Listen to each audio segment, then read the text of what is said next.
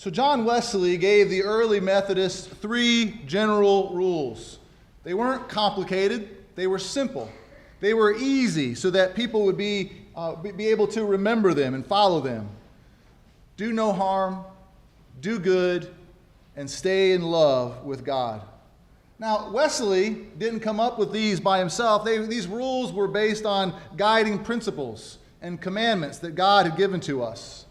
When we started this series, we learned that the one guiding principle that God gave his people was to love God with all our heart, with all our soul, with all of our mind, and with all of our strength. And Jesus recited this commandment when he was asked by the lawyer which of these laws was the greatest.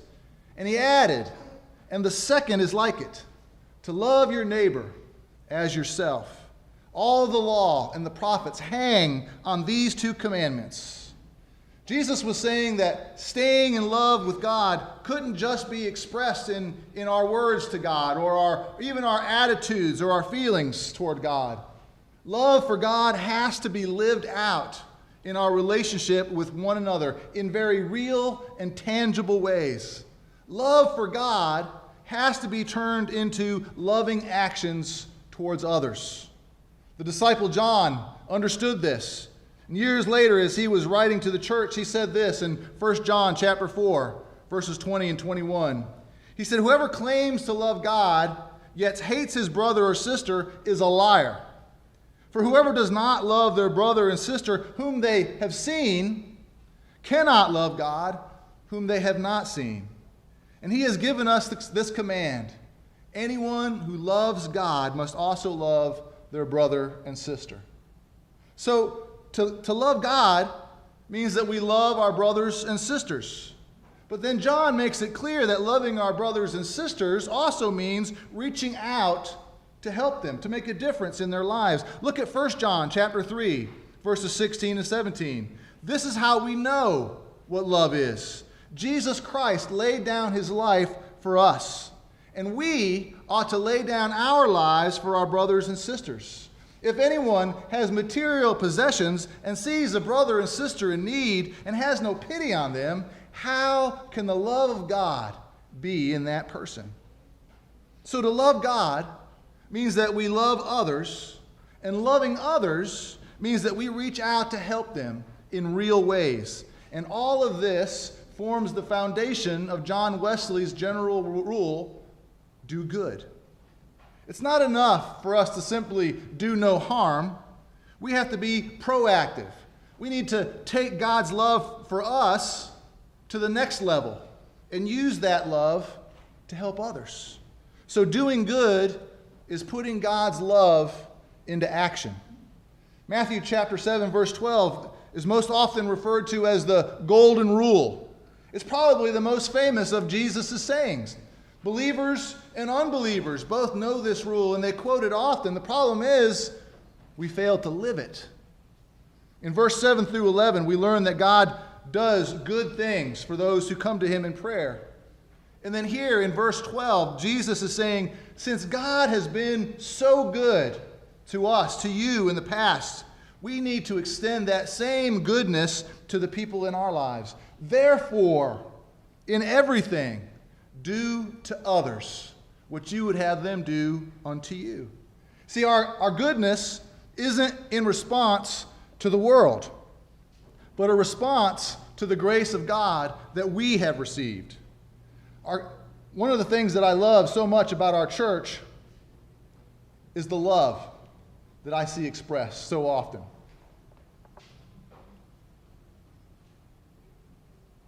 In so many ways to so many people. Praise God, it worked. I see it in the way that we demonstrate that love to others. One of those ways that we demonstrate that love is in our support to Camille Place that we prayed about earlier. Last year, we took donation during our annual spiritual growth campaign. We took donations up for Water 282, and we had wells dug in Africa, in Zambia, for 3 different villages. And this morning I wanted to share with you a thank you from one of those villages, from the Moyo Uzunza village. And we're all going to pray together that this works. Somebody didn't pray.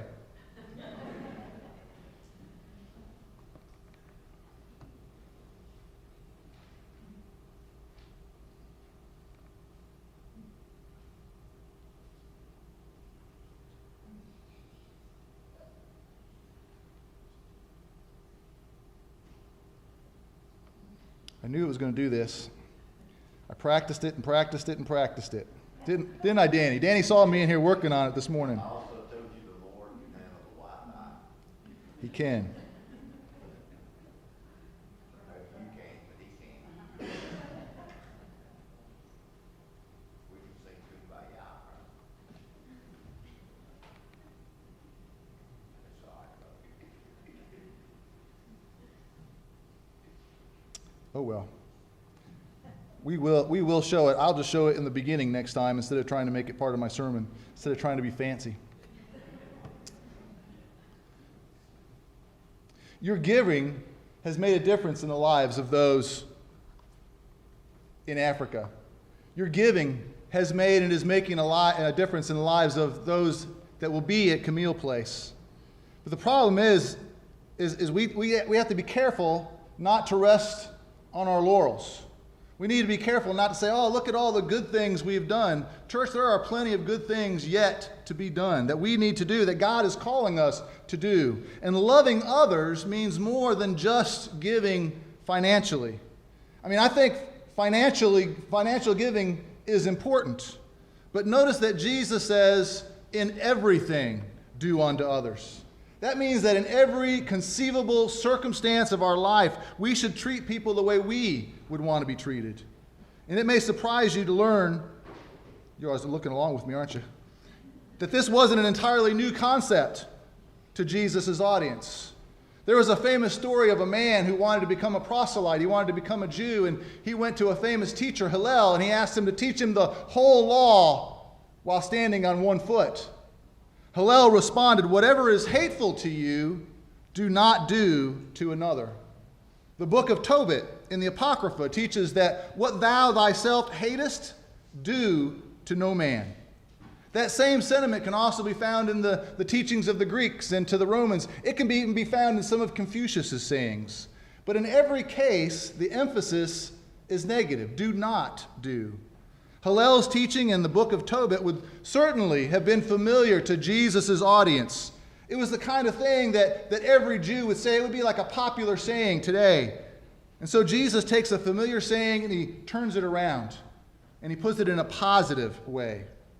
At first glance, it might seem like what Hillel says and what Jesus says are the same thing.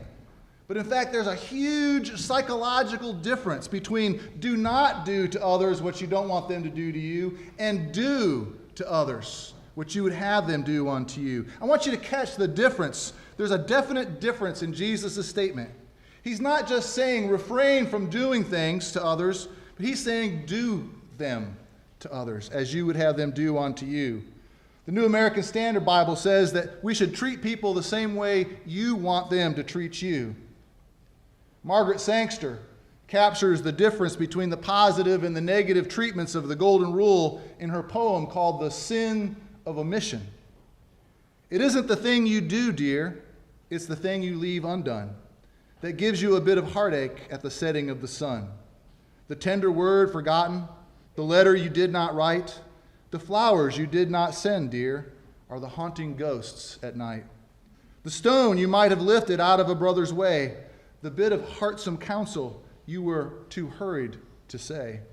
The loving touch of the hand, dear, the gentle winning tone, which you had no time nor thought for, with troubles enough of your own. I want to share with you this morning just a few ideas that might help us to live out this golden rule, to do good. First of all, we need to think of how you want others to treat you. What would you have them do to you or for you? Put yourself in their place and ask what you would expect or desire. Now, I'm sure that most of us, if not all of us, have shopped at J.C. Penney at some time in our life. But did you know that J.C. Penney, their stores were known as the Golden Rule Store? In fact, when Mr. Penney first started his stores, that was their name. They were called the Golden Rule Store. Mr. Penny didn't like to use words like employee. He talked about people who worked for him as associates. He treated them just like he wanted to be treated. And he was able to take a general store in 1902 and build it into a multi-billion-dollar business because he actually lived the golden rule. Mr. Penny tried his best to always treat people like he wanted to be treated. He treated them with love and respect and kindness and encouragement and understanding. Here are just a couple of examples of what I think the golden rule means. It means that we should serve one another the way we would want others to serve us. Let me ask you, if you were the owner of your own business, and I know several of you are here this morning, how many of you would want your workers to work hard, to work as hard as they could, to invest themselves in that business? How many of you would want them to maintain a positive attitude even in the middle of hectic situations? I think all of us would. If that's the way you would want to be treated as the boss, then that's the way that you should be treating your current boss. Living out the truth of this Bible verse revolutionizes the way we do our job. We're not just doing the minimum. We're not just trying to collect a paycheck. We're living our lives the way that Jesus wants us to live. We're serving others the way we would want to be served. 1 Corinthians 10:31 says, whatever you do, do it all for the glory of God. And you might say this morning, you might be an employee this morning, and you might think, well, Brian, that's not very realistic. That's not the way supervisors are. That's not the way bosses are. That's not the way people are. You're right. People are selfish. We don't want to practice the golden rule on other people because it's a lot more fun when they practice it on us, isn't it? Let's be honest this morning. It's a lot more fun when people say, here, what can I do for you? Or how can I make your life better? How can I be a blessing in your life? And those are okay. It's okay when those things happen. We all need to accept a hand sometimes. Some of us are afraid to accept help sometimes. Some of us think that we have to do it all, but sometimes we need to put our walls down and we need to accept help. We need to accept somebody else serving us. Jesus says in Mark 10:43 and 44 that whoever wants to be great among you must be the least, must be your servant. Whoever wants to be first must be a slave of all. We need to be the ones who serve. Treating people the way we want to be treated fulfills the will of God. Number 2, the golden rule means that we should show love for others the way that we want to be loved. Now, you can apply this to your own family this morning. Dads, you get home late at night after putting in a long, hard day, and you can say to yourself, if I were my child, how would I want my father to treat me? How would I want my dad to be involved in my life? I'd want him to play with me. I'd want him to pick me up. I want him to tell me how much he loves me and hold me in his arms. I want him to hear him say, where's my child? Where's my son or my daughter? I want to spend time with them. And so even though I'm tired after a long day at work, I'm going to take 10 minutes, 15 minutes to love my boy or to love my girl the way I would want to be loved if I were them, if I were in their shoes. And so this verse not only revolutionizes the way we do our job, the way we serve others, excuse me, it revolutionizes the way we love others. It challenges us to put others' interests before our own. Philippians 2:3 says, do nothing out of selfish ambition or vain conceit, but in humility consider others better than yourselves. We also need to look for ways to demonstrate this attitude to others. We need to do to others. Little Chad was in the 2nd grade, and Chad was a little bit slower than the rest of the kids in his class, and so because he was a little bit slower, the other kids didn't really want to have anything to do with him. They sort of shunned Chad. But Chad, a couple weeks before Valentine's Day, he came home to his mom, and he told her that he wanted to make cards for everyone in his class. And Mom knew how they treated her son, but she helped him to make 35 cards for the class. And on Valentine's Day, she waited by the curb for the school bus to come, and as the school bus pulled up, she noticed all the kids laughing and playing and coming off the school bus, and there was Chad in the back, all by himself. And when he got off the bus, Chad was happy. Chad said he told his mother that he didn't forget a single classmate, that he remembered them all. You see, although Chad was still shunned, he treated them the way he wanted to be treated. He remembered each one of them with a card. Do you try to do that in your life? Do you try to treat others like that? Our normal instinct is to think that, well, if others will just be nice to me, I'll be nice to them. Well, that's the problem. That's not what Jesus said. He said, whatever you want men to do to you, do to them. He didn't say, if they're nice to you, if they're polite to you. He said, if you want them to do it to you, you should do it to them. And we shouldn't do it with any kind of expectation that because we treated them this way, that they're going to start to treat us some way. Now, I hope that happens. I hope that as we set the example, others will be drawn to that and others would begin to change their way. But we can't do it for that reason. It's not about what we get out of it.